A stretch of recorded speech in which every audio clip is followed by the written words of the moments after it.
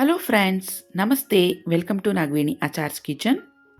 ಇವತ್ತು ಒಂದು healthy breakfast ರೆಸಿಪಿಯನ್ನು ನಿಮ್ಮ ಜೊತೆಗೆ ಶೇರ್ ಮಾಡ್ಕೊತಾ ಇದ್ದೀನಿ. ಎಲ್ಲ ಥರದ ಮಿಲ್ಲೆಟ್ಸ್ಗಳು, ಕಾಳುಗಳು ಬಳಸ್ಕೊಂಡು ಆರಾಮಾಗಿ ಒಂದು ಹೆಲ್ತಿ ಬ್ರೇಕ್ಫಾಸ್ಟನ್ನು ರೆಡಿ ಮಾಡ್ಕೋಬೋದು. ಸಾಧಾರಣವಾಗಿ ನಾವು ಮಿಲೆಟ್ಸನ್ನು ಬಳಸ್ಕೊಂಡು ಗಂಜಿ ಮಾಡ್ಕೋತೀವಿ, ರೊಟ್ಟಿ ಮಾಡ್ಕೋತೀವಿ.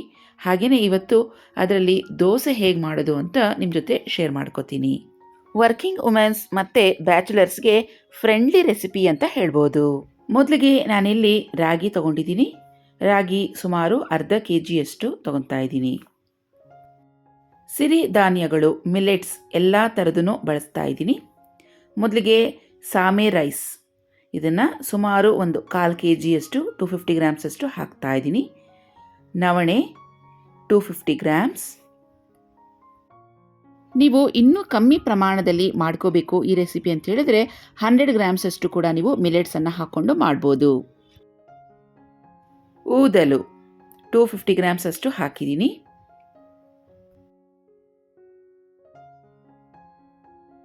ಹಾಗೆಯೇ ಇದಕ್ಕೆ ಬರ್ಗು ಅಂತ ಹೇಳ್ತೀವಿ, ಇದು ಸಹ 250 ಗ್ರಾಮ್ಸಷ್ಟು ಹಾಕ್ತಾ ಇದ್ದೀನಿ.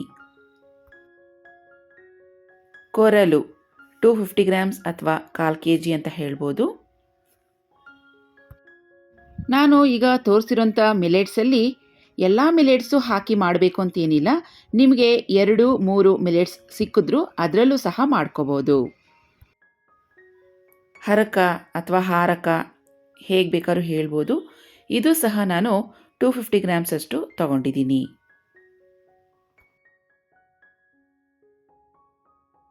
ಜೋವರ್ ಅಥವಾ ಬಿಳಿ ಜೋಳ, ಇದನ್ನು ನಾನು 250 ಗ್ರಾಮ್ಸ್ ತೊಗೊಂಡಿದ್ದೀನಿ. ಜೋಳ ಬೇಕಿದ್ರೆ ನೀವು ಅರ್ಧ ಕೆಜಿಯಷ್ಟು ಸಹ ಹಾಕ್ಕೋಬೋದು. ಜೋಳ ತುಂಬಾ ಹೆಲ್ತಿ. ಜೋಳದ ರೊಟ್ಟಿ ಮಾಡ್ಕೊಳ್ಳೋಕ್ಕೆ ಕಷ್ಟನಪ್ಪ ಅನ್ನೋರು ಜೋಳನ ಈ ರೀತಿಯಾಗಿ ಮಾಡ್ಕೋಬೋದು. ನಾನಿಲ್ಲಿ ಸಜ್ಜೆ, ಬಾಜ್ರಾ ಅಂತ ಏನು ಹೇಳ್ತೀವಿ, ಇದನ್ನು 250 ಗ್ರಾಮ್ಸ್ ತೊಗೊಂಡಿದ್ದೀನಿ. ಇದನ್ನು ಸಹ ನಾವು ಅರ್ಧ ಕೆಜಿಯಷ್ಟು ಹಾಕ್ಕೋಬೋದು. ನಾನಿಲ್ಲಿ 250 ಗ್ರಾಮ್ಸ್ ಹಾಕಿದ್ದೀನಿ, ಸಾಕು ಅಂತ ಹೇಳಿ. ಹಾಗೆಯೇ ರೆಡ್ ರೈಸ್ ಸಹ ನಾವು ಸೇರಿಸ್ಕೋಬೋದು. ರೆಡ್ ರೈಸ್ ಅವೈಲೇಬಲ್ ಇಲ್ಲ ಅಂತೇಳಿದ್ರೆ ರಾಜ್ಮುಡಿ ಅಕ್ಕಿ ಅಂತ ಏನು ಹೇಳ್ತೀವಿ ಅದನ್ನು ಹಾಕ್ಕೊಳ್ಳಿ. ಇಲ್ಲಾಂದರೆ ಬ್ರೌನ್ ರೈಸ್ ಸಿಗುತ್ತೆ, ಅದನ್ನು ಸಹ ಹಾಕ್ಕೋಬೋದು. ಯಾವುದೇ ಕಾರಣಕ್ಕೂ ವೈಟ್ ರೈಸ್ ಅಂದರೆ ಬಿಳಿ ಅಕ್ಕಿನ ಹಾಕಬೇಡಿ. ಗೋಧಿ 1/4 ಕೆಜಿ ತೊಗೊಂಡಿದ್ದೀನಿ. ಇದು ಸಬ್ಬಕ್ಕಿ, ಇದನ್ನು ಸಹ 200-250 ಗ್ರಾಮಷ್ಟು ತೊಗೋಬೋದು. ನಾನು 250 ಗ್ರಾಮ್ 1/4 ಕೆಜಿಯಷ್ಟು ತೊಗೊಂಡಿದ್ದೀನಿ. ಹಾಗೆ ಸುಮಾರು 1 ಕಪ್ಪಷ್ಟು ಬಾರ್ಲಿ ತೊಗೊಂಡಿದ್ದೀನಿ. ಬಾರ್ಲಿ ಸುಮಾರು 200 ಗ್ರಾಮ್ಸಷ್ಟು ಬರುತ್ತೆ 1 ಕಪ್ಗೆ.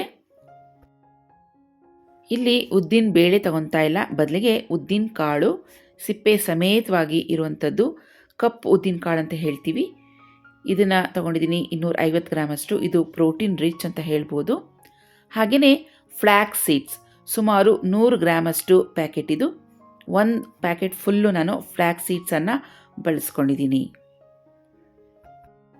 ಮೆಂತ್ಯ ಕಾಳು 20-25 ಗ್ರಾಮಷ್ಟು ಸೇರಿಸ್ಕೋಬೋದು. ಜೀರಿಗೆ 20-25 ಗ್ರಾಮಷ್ಟು ತೊಗೊತಾ ಇದ್ದೀನಿ.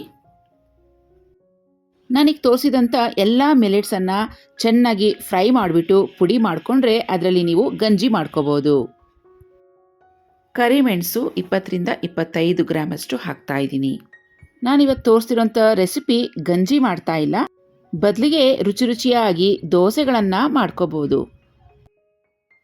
ಏಲಕ್ಕಿ ಒಂದು 10 ಗ್ರಾಮಷ್ಟು ಹಾಕ್ಕೊಳ್ಳೋಣ. 15-20 ಏಲಕ್ಕಿಗಳು ಬರುತ್ತೆ.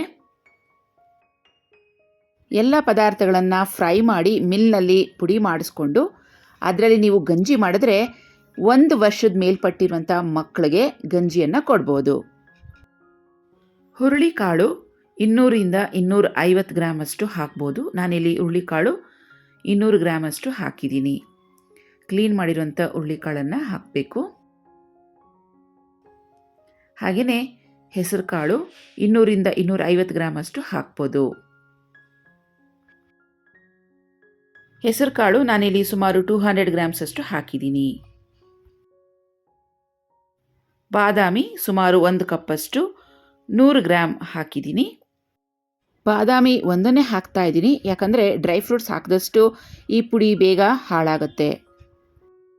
ನಾನಿಲ್ಲಿ ಕಡಲೆಕಾಳು ಸುಮಾರು 200 ಗ್ರಾಮ್ಸ್ ಅಷ್ಟು ತಗೊಂಡಿದ್ದೀನಿ.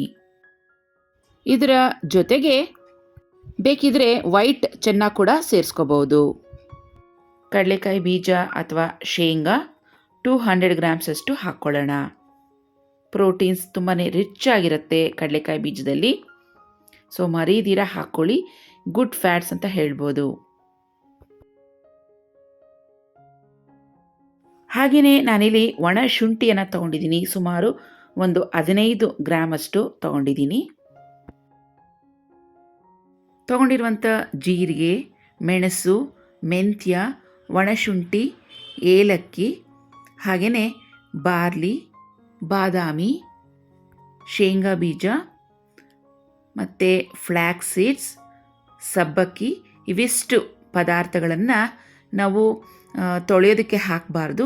ಸಪ್ರೇಟಾಗಿ ಇದನ್ನು ಹುರಿದು ಕೊನೆಯಲ್ಲಿ ಸೇರಿಸ್ಕೋಬೇಕು.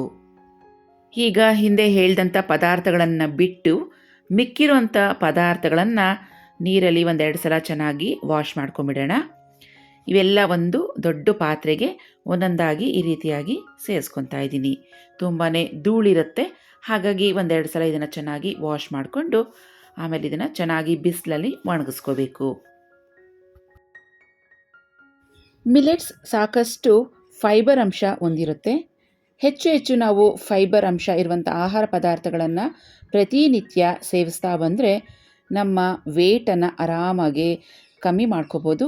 ಹಾಗೆಯೇ ನಮಗೆ ಇವಾಗ ಇರೋವಂಥ ವೇಟೇ ಸಾಕಪ್ಪ, ಇದೇ ವೇಟ್ನ ಮೇಂಟೈನ್ ಮಾಡಬೇಕು ಅನ್ನೋರು ಸಹ ಪ್ರತಿನಿತ್ಯ ಈ ರೀತಿಯಾಗಿ ಮಿಲೆಟ್ಸನ್ನು ಯಾವುದಾದ್ರೂ ಒಂದು ರೀತಿಯಲ್ಲಿ ಅಡುಗೆ ಮಾಡಿಕೊಂಡು ಬಳಸ್ಕೋಬೇಕು. ಮಿಲ್ಲೆಟ್ಸಲ್ಲಿ ಸಾಕಷ್ಟು ಪ್ರೋಟೀನ್ಸ್ ಇರುತ್ತೆ, ಫೈಬರ್ಸ್ ಇರುತ್ತೆ, ಬೇಕಾದಷ್ಟು ನ್ಯೂಟ್ರಿಷನ್ಸ್ ಇರುತ್ತೆ. ನ್ಯೂಟ್ರಿಷನ್ ರಿಚ್ ಫುಡ್ ಅಂತಲೇ ಹೇಳ್ಬೋದು. ನಮ್ಮ ಸ್ಕಿನ್ಗೆ, ಹೇರ್ಗೆ ತುಂಬಾ ಒಳ್ಳೆಯದು. ಈಗ ನೀರು ಹಾಕ್ಬಿಟ್ಟು ಚೆನ್ನಾಗಿ 1-2-3 ಸಲ ತೊಳಿಬೇಕಾಗುತ್ತೆ. ಚಿಕ್ಕ ಮಕ್ಕಳಿಂದ ಹಿಡಿದು ದೊಡ್ಡವ್ರವರೆಗೂ ಎಲ್ಲರಿಗೂ ಈ ರೆಸಿಪಿ ಆಗುತ್ತೆ. ನಿಮಗೆ ಗಂಜಿ ಮಾಡ್ಕೋಬೇಕು ಅನಿಸಿದ್ರೆ ಈ ಎಲ್ಲ ಮಿಲೆಟ್ಸ್ಗಳು ತೊಳೆದ ಮೇಲೆ ಒಣಗಿಸಿ ಅದನ್ನು ಚೆನ್ನಾಗಿ ಫ್ರೈ ಮಾಡಿ ಕೂಡ ನೀವು ಇಟ್ಕೋಬೋದು. ನಾನಿಲ್ಲಿ ಮಿಲೆಟ್ಸನ್ನು ಜಸ್ಟ್ ತೊಳೆದು ಬಿಸಿಲಲ್ಲಿ ಒಣಗಿಸಿ ಸ್ಟೋರ್ ಮಾಡ್ಕೊತಾ ಇದ್ದೀನಿ, ಫ್ರೈ ಮಾಡ್ಕೊತಾ ಇಲ್ಲ. ಫ್ರೈ ಮಾಡಿಕೊಂಡು ಮಿಲ್ಲಲ್ಲಿ ಪುಡಿ ಮಾಡಿಸಿ ಇಟ್ಕೋಬೋದು. ಮಿಲ್ ಮಾಡಿಸಿದ ಪುಡಿಯಲ್ಲಿ ನೀವು ಗಂಜಿ ಕಾಯಿಸ್ಕೋಬೋದು, ರೊಟ್ಟಿ ಮಾಡ್ಕೋಬೋದು, ಇಲ್ಲ ಅದೇ ಹಿಟ್ಟಲ್ಲಿ ನೀವು ದೋಸೆ ಕೂಡ ಮಾಡ್ಕೋಬೋದು. ಈಗ ಒಂದು ಕಾಟನ್ ಸೀರೆ ತಗೊಂಡಿದ್ದೀನಿ. ಇದ್ರ ಮೇಲೆ ವಾಶ್ ಮಾಡಿ ಇಟ್ಕೊಂಡಿರೋಂಥ ಎಲ್ಲ ಮಿಲ್ಲೆಟ್ಸ್ಗಳನ್ನು ಈ ರೀತಿಯಾಗಿ ಚೆನ್ನಾಗಿ ಸ್ಪ್ರೆಡ್ ಮಾಡ್ಕೊಳ್ಳೋಣ. ಬಿಸಿಲಲ್ಲಿ ಚೆನ್ನಾಗಿ 2-3 ದಿನ ಆದರೂ ಒಣಗಬೇಕಾಗತ್ತೆ. ಹಸಿ ಇದ್ದರೆ ತುಂಬ ದಿನ ಇಡೋದಕ್ಕಾಗೋದಿಲ್ಲ. ಹಾಗಾಗಿ ಎಷ್ಟು ಚೆನ್ನಾಗಿ ಒಣಗಿಸಿ ಇದನ್ನು ಇಡ್ತೀವೋ ಅಷ್ಟು ತಿಂಗಳ ಕಾಲ ಇದನ್ನು ಸ್ಟೋರ್ ಮಾಡಿ ಇಟ್ಕೋಬೋದು. ನೋಡಿ, ನಾನಿಲ್ಲಿ ಚೆನ್ನಾಗಿರುವಂಥ ಬಿಸಿಲಲ್ಲಿ 3-4 ದಿನ ಚೆನ್ನಾಗಿ ಡ್ರೈ ಮಾಡಿ ಇಟ್ಕೊಂಡಿದ್ದೀನಿ. ಇದರಲ್ಲಿ ಇವಾಗ ದೋಸೆ ಹೇಗೆ ಮಾಡೋದು ಅಂತ ನೋಡೋಣ. ಹಾಗೆಯೇ ನಾನು ಸಪ್ರೇಟಾಗಿ ಫ್ರೈ ಮಾಡೋಕ್ಕೆ ಹೇಳಿದ್ನಲ್ಲ, ಅದನ್ನು ಕೂಡ ಇದ್ರ ಜೊತೆಗೇ ಸೇರಿಸ್ಕೊಂಡಿದ್ದೀನಿ ಫ್ರೈ ಮಾಡಿ.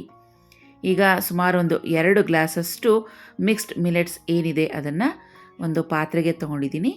ಇದನ್ನು ಮುಳುಗೋ ಅಷ್ಟು ನೀರು ಹಾಕಿ ಚೆನ್ನಾಗಿ ಒಂದು 6-8 ಅವರ್ಸ್ ನೆನೆಯೋದಕ್ಕೆ ಬಿಟ್ಬಿಡೋಣ. ಮತ್ತೇನು ತೊಳೆಯುವಂಥ ಅವಶ್ಯಕತೆ ಇಲ್ಲ. ಒಂದು 6-8 ಅವರ್ಸ್ ಆದಮೇಲೆ ಇದನ್ನು ಈ ರೀತಿಯಾಗಿ ರುಬ್ಕೊಂಡಿದ್ದೀನಿ. ನೋಡಿ, ದೋಸೆ ಹಿಟ್ಟೆಲ್ಲ ಹೇಗೆ ರುಬ್ಕೊತೀವೋ ಅದೇ ರೀತಿಯೇ ರುಬ್ಕೋಬೇಕು. ರುಬ್ಬಿರೋಂಥ ಹಿಟ್ಟನ್ನು ಒಂದು ರಾತ್ರಿ ಪೂರ್ತಿಯಾಗಿ ಹಾಗೆ ಬಿಟ್ಬಿಡೋಣ. ಮಾರನೇ ದಿನ ಈ ಹಿಟ್ಟನ್ನು ಬಳಸ್ಕೊಂಡು ದೋಸೆ, ಇಡ್ಲಿಗಳನ್ನು ಮಾಡ್ಕೋಬೋದು. ಹಿಟ್ಟು ಚೆನ್ನಾಗಿ ಫರ್ಮೆಂಟೇಷನ್ ಆಗಿದೆ, ನೋಡ್ತಾ ಇದ್ದೀವಲ್ವಾ. ತುಂಬ ಹೆಲ್ತಿ ರೆಸಿಪಿ ಇದು. ಮಕ್ಕಳಿಗೆ, ದೊಡ್ಡವ್ರಿಗೆ ಎಲ್ಲರಿಗೂ ಕೊಡ್ಬೋದು. ತುಂಬ ಫೈಬರ್ ರಿಚ್ ಹಾಗೆ ಪ್ರೋಟೀನ್ ರಿಚ್ ಇರುವಂಥ ದೋಸೆಗಳಿದು. ಇದಕ್ಕೆ ರುಚಿಗೆ ತಕ್ಕಷ್ಟು ಉಪ್ಪು, ಸ್ವಲ್ಪ ಅಡುಗೆ ಸೋಡಾ ಹಾಕಿದ್ದೀನಿ. ಉಪ್ಪು ಮತ್ತು ಅಡುಗೆ ಸೋಡಾ ಕರಗೋದಕ್ಕೆ 1 ಸ್ಪೂನಷ್ಟು ನೀರು ಹಾಕಿಬಿಟ್ಟು ಇದನ್ನು ಚೆನ್ನಾಗಿ ಮಾರನೇ ದಿನ ಇದನ್ನು ಕಲಿಸ್ಕೋಬೇಕು. ಯಾವಾಗ ನಾವು ದೋಸೆ ಹಾಕ್ತೀವೋ ಆವಾಗ ಉಪ್ಪು ಮತ್ತು ಸೋಡಾ ಹಾಕಿದ್ರೆ ಸಾಕು. ಸ್ಟವ್ ಮೇಲೆ ಒಂದು ಪ್ಯಾನ್ ಬಿಸಿ ಆಗೋದಕ್ಕೆ ಇಟ್ಟಿದ್ದೀನಿ. ಕಬ್ಬಿಣದ ಪ್ಯಾನ್ ಇಟ್ಕೊಂಡಿದ್ದೀನಿ. ಸ್ವಲ್ಪ ಎಣ್ಣೆ ಹಾಕಿಬಿಟ್ಟು ಈ ರೀತಿಯಾಗಿ ಈರುಳ್ಳಿಯಲ್ಲಿ ಚೆನ್ನಾಗಿ ಉಜ್ಕೊಂಡ್ರೆ ದೋಸೆಗಳು ತುಂಬ ಚೆನ್ನಾಗಿ ಬರುತ್ತೆ. ಪ್ಯಾನ್ ತುಂಬ ಚೆನ್ನಾಗಿ ಕಾದಿರಬೇಕು. ಈಗ ಕಾದಿರುವಂಥ ಪ್ಯಾನಲ್ಲಿ ಏನು ಹಿಟ್ಟನ್ನು ತಯಾರಿ ಮಾಡ್ಕೊಂಡಿದ್ವೋ ಒಂದು 2 ಸೌಟಷ್ಟು ಹಾಕ್ಕೊಂಡು ದೋಸೆಗಳು ಹಾಕ್ಕೋಬೇಕು. ಈ ರೀತಿಯಾಗಿ ತೆಳುವಾಗಿ ಹಾಕಿದ್ರೆ ಬೇಗನೆ ಬೇಯುತ್ತೆ, ಚೆನ್ನಾಗಿ ಕೂಡ ಇರುತ್ತೆ. ನೋಡಿ, ನಮ್ಮ ಮಿಕ್ಸ್ಡ್ ಮಿಲೆಟ್ಸ್ ದೋಸೆ ರೆಡಿಯಾಗಿದೆ. ಈ ದೋಸೆಗಳನ್ನು ನಾವು ಬ್ರೇಕ್ಫಾಸ್ಟ್ಗೆ ಬಳಸ್ಕೋಬೋದು, ಮಧ್ಯಾಹ್ನ ಲಂಚ್ಗೆ ಅಥವಾ ರಾತ್ರಿ ಡಿನ್ನರ್ಗೂ ಸಹ ಬಳಸ್ಕೋಬೋದು. ವೇಟ್ ಲಾಸ್ ರೆಸಿಪಿ ಅಂತ ಹೇಳ್ಬೋದು ಅಥವಾ ವೇಟ್ ಮ್ಯಾನೇಜ್ಮೆಂಟ್ ರೆಸಿಪಿ ಅಂತಲೂ ಹೇಳ್ಬೋದು. ಡಯಾಬಿಟಿಕ್ ಫ್ರೆಂಡ್ಲಿ, ಥೈರಾಯ್ಡ್ ಫ್ರೆಂಡ್ಲಿ ಅಂತ ಹೇಳ್ಬೋದು. ಸೊ ಒಟ್ಟಾರೆ ಎಲ್ಲರೂ ಸಹ ಆರಾಮಾಗಿ 3-4 ದೋಸೆಗಳನ್ನು ಬಳಸ್ಕೋಬೋದು, ಏನೂ ಭಯ ಇಲ್ದಿರಂಗೆ. ಆದರೆ 2 ದೋಸೆ ತಿನ್ನೋ ಅಷ್ಟೊತ್ತಿಗೆ ಹೊಟ್ಟೆ ತುಂಬೋಗುತ್ತೆ, ಅಷ್ಟು ಹೆಲ್ತಿಯಾಗಿರುವಂಥ ದೋಸೆ. ಈ ದೋಸೆಗಳಿಗೆ ನಾನಿವತ್ತು ಕಾಯಿ ಚಟ್ನಿಯನ್ನು ಮಾಡ್ಕೊಂಡಿದ್ದೀನಿ. ನಿಮಗೆ ಯಾವ ಚಟ್ನಿ ಇಷ್ಟನೋ ಅದನ್ನು ಮಾಡ್ಕೋಬೋದು. ಬೇಕಿದ್ದರೆ ತರಕಾರಿ ಪಲ್ಯಗಳು ಮಾಡ್ಕೋಬೋದು, ತರಕಾರಿ ಸಾಂಬಾರು ಮಾಡ್ಕೋಬೋದು, ಇಲ್ಲಾಂದರೆ ಡಿಫ್ರೆಂಟ್ ವೆರೈಟೀಸ್ ಆಫ್ ಚಟ್ನಿ ಕೂಡ ಮಾಡಿಕೊಂಡು ಬಳಸ್ಕೋಬೋದು. ಆಫೀಸ್ಗೆ ಹೋಗುವಂಥ ಲೇಡೀಸ್ಗಳು ಈ ರೀತಿಯಾಗಿ ಮಿಲೆಟ್ಸನ್ನು ತಯಾರಿ ಮಾಡಿ ಇಟ್ಕೊಂಡ್ಬಿಟ್ರೆ ಬೇಗ ಚಕಾಚಕ್ ಅಂತ ದೋಸೆಗಳನ್ನು ಮಾಡಿಕೊಂಡು ಬಾಕ್ಸ್ಗೆ ಹಾಕ್ಕೊಂಡು ಹೋಗ್ಬೋದು. ಹಾಗೆಯೇ ಮಕ್ಳಿಗೂ ಸಹ ಲಂಚ್ ಬಾಕ್ಸ್ಗೂ ಹಾಕ್ಬೋದು. ಈ ಮಿಲೆಟ್ಸ್ ದೋಸೆಗಳು ಇನ್ನೂ ಹೆಲ್ತಿಯಾಗಿ ಮಾಡಬೇಕು ಅಂತ ಹೇಳಿದ್ರೆ ಇದಕ್ಕೆ ಸಣ್ಣದಾಗಿ ಕಟ್ ಮಾಡಿರುವಂಥ ಈರುಳ್ಳಿ, ಕೊತ್ತಂಬರಿ ಸೊಪ್ಪು, ಕ್ಯಾರೆಟ್ ತುರಿ ಹಾಕ್ಕೋಬೋದು. ಇದೇ ಹಿಟ್ಟನ್ನು ಬಳಸ್ಕೊಂಡು ಇಡ್ಲಿ ಸಹ ಮಾಡ್ಬೋದು. ಚೆನ್ನಾಗಿ ಒಣಗಿಸಿರುವಂಥ ಈ ಮಿಕ್ಸ್ಡ್ ಮಿಲೆಟ್ಸನ್ನು ತುಂಬ ದಿನ ಸ್ಟೋರ್ ಮಾಡಬೇಕು ಅಂತ ಹೇಳಿದ್ರೆ ಆದಷ್ಟು ನಾವು ಫ್ರಿಜ್ನಲ್ಲಿ ಇಡಬೇಕು. ಮಿಲೆಟ್ಸ್ ಹಾಕಿರೋದ್ರಿಂದ ಬೇಗ ಹುಳ ಆಗುತ್ತೆ. ಸೊ ಫ್ರೆಂಡ್ಸ್, ಇವತ್ತಿನ ರೆಸಿಪಿ ನಿಮಗೆ ಇಷ್ಟ ಆಯಿತಾ? ಇಷ್ಟ ಆಗಿದರೆ ಲೈಕ್ ಮಾಡಿ, ನಿಮ್ಮ ಫ್ರೆಂಡ್ಸ್ ಜೊತೆ ಶೇರ್ ಮಾಡಿಕೊಂಡು ನಮ್ಮ ಚಾನಲನ್ನು ಸಬ್ಸ್ಕ್ರೈಬ್ ಮಾಡ್ಕೊಳ್ಳಿ. ಹಾಗೆ ಮುಂದೆ ನಿಮಗೆ ಯಾವ ಥರದ ವಿಡಿಯೋ ಬೇಕು ಅಂತ ಹೇಳಿ ಕೆಳಗೆ ಕಮೆಂಟ್ ಬಾಕ್ಸ್ನಲ್ಲಿ ಕಮೆಂಟ್ ಮಾಡಿದ್ರೆ ನೆಕ್ಸ್ಟ್ ಅದೇ ವಿಡಿಯೋ ಬರುತ್ತೆ. ಸೊ ಮತ್ತೆ ಭೇಟಿ ಆಗ್ತೀನಿ ಮತ್ತೊಂದು ವಿಡಿಯೋದಲ್ಲಿ. ಅಲ್ಲಿವರೆಗೂ ಟೇಕ್ ಕೇರ್. ಬಾಯ್ ಫ್ರೆಂಡ್ಸ್, ನಮಸ್ತೆ.